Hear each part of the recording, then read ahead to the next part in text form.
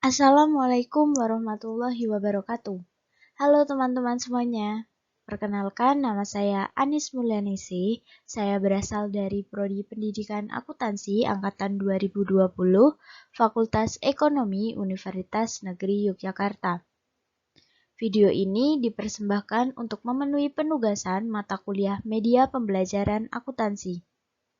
Kali ini kita akan membahas tentang perusahaan jasa. Nah, mungkin dari teman-teman penasaran apa aja sih yang ada di dalam perusahaan jasa ini? Langsung aja, kita tidak usah menunggu lama, langsung kita akan membahas satu persatu tentang apa saja yang ada di dalam perusahaan jasa. Berikut ini penjelasannya.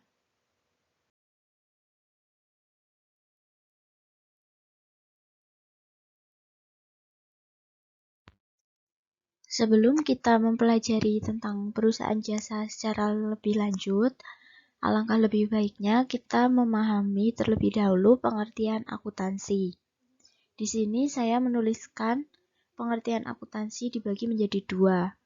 Untuk yang pertama yaitu menurut fungsi, dan yang kedua yaitu menurut kegiatan. Nah, kita bahas satu persatu pengertian akuntansinya, dimulai dari yang pertama yaitu menurut fungsi. Jika dipandang dari sudut fungsi atau kegunaan, akuntansi adalah aktivitas jasa yang menyediakan informasi penting untuk penilaian jalannya perusahaan, sehingga memungkinkan pimpinan atau manajemen perusahaan atau pihak-pihak di luar perusahaan membuat pertimbangan-pertimbangan dan mengambil keputusan ekonomi yang tepat. Sedangkan yang kedua, pengertian akuntansi menurut kegiatan, jika dipandang dari sudut kegiatan atau proses, akuntansi adalah suatu proses yang meliputi identifikasi, penentuan, pengukuran, dan penyampaian informasi ekonomi.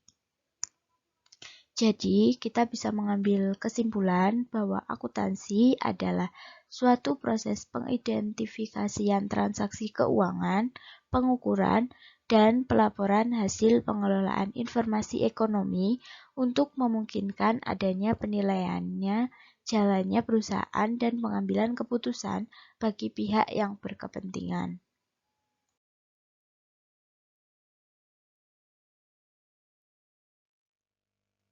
Selanjutnya, kita akan membahas pengertian perusahaan jasa.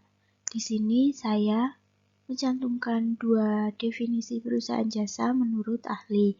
Yang pertama yaitu Philip Kotler.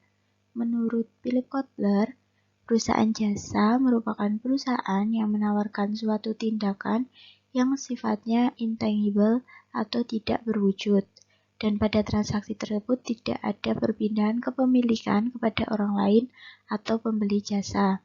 Pembeli tidak akan memperoleh tambahan barang yang dapat dibawa pulang setelah membayarkan uang dalam suatu pembelian jasa. Yang selanjutnya menurut Hatta Huruf, perusahaan jasa adalah perusahaan yang menjual jasa tertentu, artinya produk yang dihasilkan berupa pelayanan atau tidak berwujud, dapat berupa keindahan, kesenangan, dan kenyamanan kepada konsumen. Jasa dapat dihasilkan dengan adanya benda berwujud, seperti peralatan perlengkapan, dan tidak berwujud. Perusahaan jasa sebagai perusahaan menjual berbagai layanan dengan tujuan utama untuk mendapat keuntungan. Perusahaan jasa mendapat laba dari pendapatan jasa yang diterima dikurangi dengan berbagai biaya yang dikeluarkan perusahaan dalam rangka penyediaan jasa.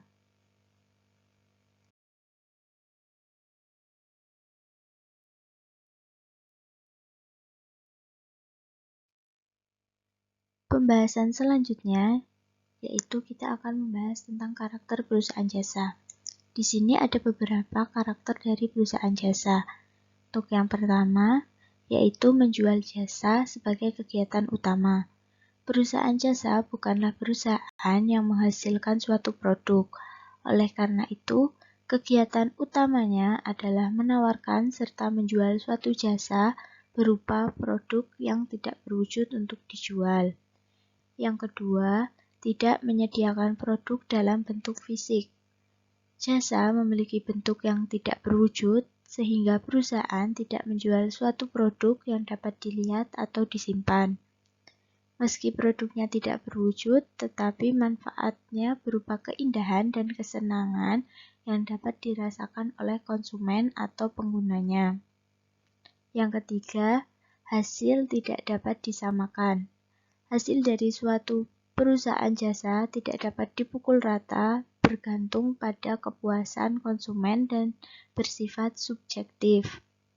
Hal ini disebabkan ukuran kepuasan masing-masing individu berbeda. Selain itu, kualitas karyawan juga bergantung kepada kondisi kesehatan psikologis dan lain sebagainya. Misalnya, karyawan pada shift pagi akan lebih prima dibanding dengan karyawan dengan shift sore. Yang keempat, tidak ada harga pokok penjualan. Karakteristik yang paling berbeda antara perusahaan jasa dengan perusahaan lainnya adalah tidak adanya harga pokok produksi dan penjualan. Perusahaan jasa tidak melakukan kegiatan produksi sehingga dalam laporan tidak ada informasi tentang harga pokok produksi dan penjualan. Yang terakhir, yaitu tidak ada standar harga yang umum. Kebutuhan layanan jasa pelanggan selalu berbeda tergantung pada keinginan serta keluhan yang dialami. Oleh karena itu, harga jasa tidak dapat ditentukan sama rata dan harus disesuaikan dengan kebutuhan konsumen.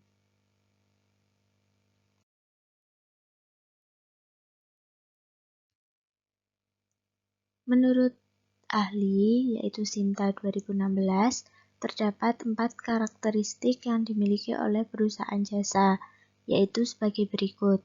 Yang pertama, produk yang dihasilkan perusahaan tidak berwujud atau intangibility.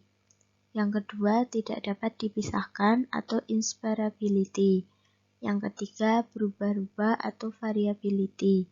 Yang keempat, pembelian barang atau merupakan bahan habis pakai, perlengkapan dan peralatan, dan tidak dapat diolah atau dijual kembali, tetapi untuk memberikan pelayanan kepada pemakai jasa.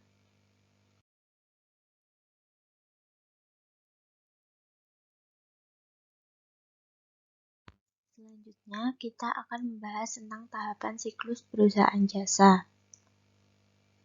Untuk yang pertama, yaitu melakukan analisa transaksi. Tahapan pertama kali dalam siklus akuntansi perusahaan jasa adalah melakukan analisis terhadap bukti transaksi yang berlangsung dalam suatu periode. Suatu perusahaan yang melakukan aktivitas bisnisnya akan menimbulkan transaksi keuangan yang disertai dengan adanya bukti transaksi berupa dokumen yang nantinya akan digunakan sebagai dasar dalam pencatatan ke dalam jurnal umum. Yang kedua, yaitu membuat jurnal akuntansi. Setelah melakukan analisa transaksi, tahap selanjutnya adalah mencatat transaksi-transaksi ke dalam jurnal. Pada dasarnya, jurnal yang digunakan pada perusahaan jasa ada jurnal umum.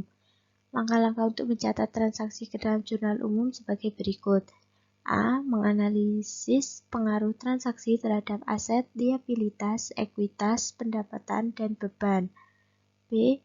Menentukan pengaruh transaksi terhadap naik atau turunnya suatu akun.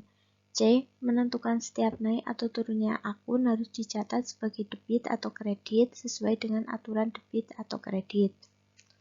Yang ketiga, yaitu memposting transaksi jurnal ke dalam buku besar. Langkah selanjutnya dalam siklus akuntansi perusahaan jasa adalah memposting transaksi jurnal ke dalam buku besar. Buku besar adalah kumpulan dari akun-akun yang satu sama lain saling berhubungan dan merupakan satu kesatuan yang sistematis. Setiap transaksi yang dicatat ke dalam jurnal harus dipindahkan atau diposting ke dalam buku besar. Langkah-langkah untuk memposting sebagai berikut.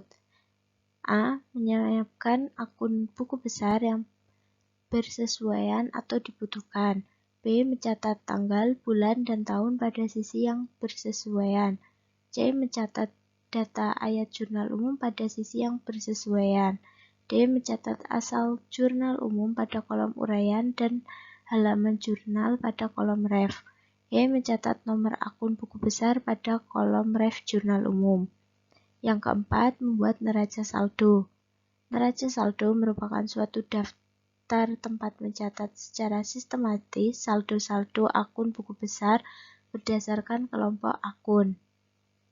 Yang kelima, membuat jurnal penyesuaian. Setelah membuat neraca saldo, tahapan selanjutnya adalah membuat jurnal penyesuaian.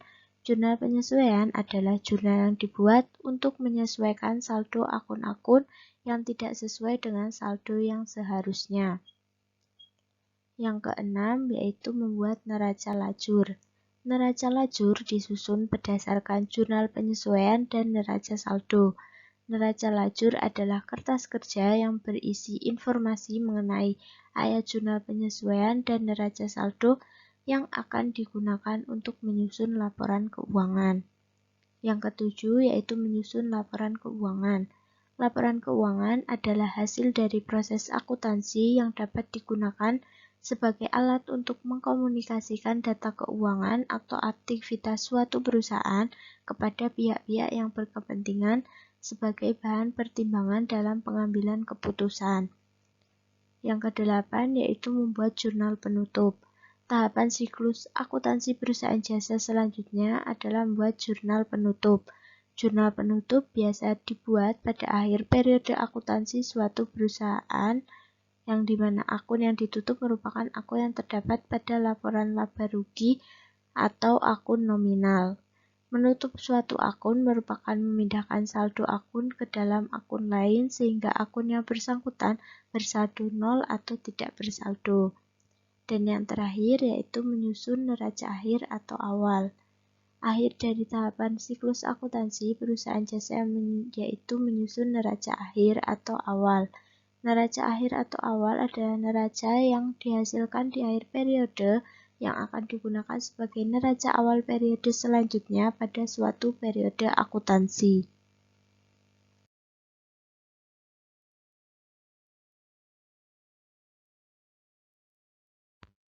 Pembahasan selanjutnya yaitu jenis transaksi akuntansi perusahaan jasa. Yang pertama yaitu pembelian. Transaksi pembelian pada suatu perusahaan jasa merupakan kegiatan yang dilakukan untuk membeli suatu produk yang dinilai mempunyai nilai manfaat bagi suatu perusahaan. Transaksi pembelian di perusahaan jasa antara lain pembelian perlengkapan dan peralatan yang dinilai dapat menunjang aktivitas suatu perusahaan jasa. Yang kedua yaitu pendapatan. Sama seperti perusahaan lainnya, perusahaan jasa beroperasi dengan tujuan untuk memperoleh keuntungan. Pendapatan ini harus dicatat sesuai dengan penjualan jasa yang diperoleh selama aktivitas operasi perusahaan berjalan. Pendapatan dari perusahaan jasa diantaranya dari aktivitas perusahaan dalam memberikan pelayanan terhadap pelanggannya. Yang ketiga, pembayaran beban-beban. Pengeluaran yang dilakukan perusahaan jasa tidak hanya saat melakukan pembelian berbagai keperluan. Perusahaan jasa juga memiliki berbagai biaya yang harus dibayarkan yang dikenal dengan pembayaran beban-beban. Selanjutnya, nomor 4 yaitu penerimaan piutang. Dalam melakukan pelayanan kepada pelanggan, perusahaan jasa memperoleh bayaran atau pelayanannya. Namun, perusahaan jasa dapat melakukan transaksi pembayaran secara tunai dan kredit. Pembayaran yang dilakukan secara kredit akan menimbulkan piutang usaha. Piutang usaha akan diterima pembayarannya oleh suatu perusahaan jasa sesuai dengan kesepakatan atau kebijakan antara pihak pemberi jasa dengan pihak pelanggan. Yang terakhir yaitu penanaman modal atau investasi. Suatu perusahaan jasa yang baru pertama kali didirikan pasti akan melakukan setoran modal dari pemilik serta para investor. Semua transaksi yang berkaitan dengan investasi ini harus dicatat dengan baik, apalagi yang berkaitan dengan pihak eksternal.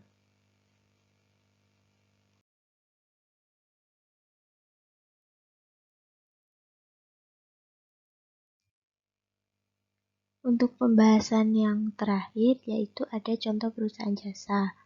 Untuk yang pertama, jasa profesi, contohnya dokter, akuntan, konsultan keuangan, pengacara, notaris, dan konsultan pajak.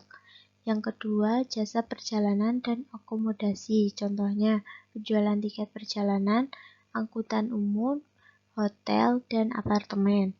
Yang ketiga, ada layanan instalasi dan reparasi, contohnya yaitu reparasi ponsel, bengkel mobil, dan cleaning service. Yang keempat, ada persewaan, contohnya ada sewa mobil, dan sewa gedung pertokoan. Yang kelima, ada penyedia layanan komunikasi, contohnya ada televisi, radio, dan telepon.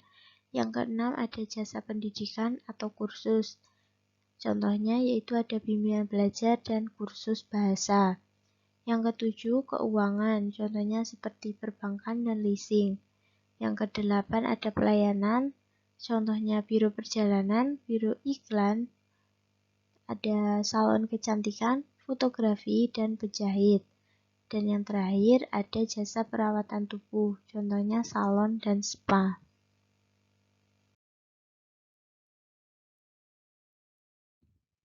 Akhirnya kita telah selesai membahas mengenai perusahaan jasa.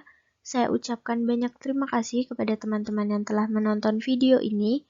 Semoga dengan adanya video ini bisa bermanfaat dan menambah wawasan dari teman-teman semuanya. Saya di sini mengutip kata-kata dari Steve Jobs, yaitu satu-satunya cara untuk melakukan pekerjaan hebat adalah mencintai apa yang Anda lakukan. Cukup sekian. Saya ucapkan terima kasih. Wassalamualaikum warahmatullahi wabarakatuh.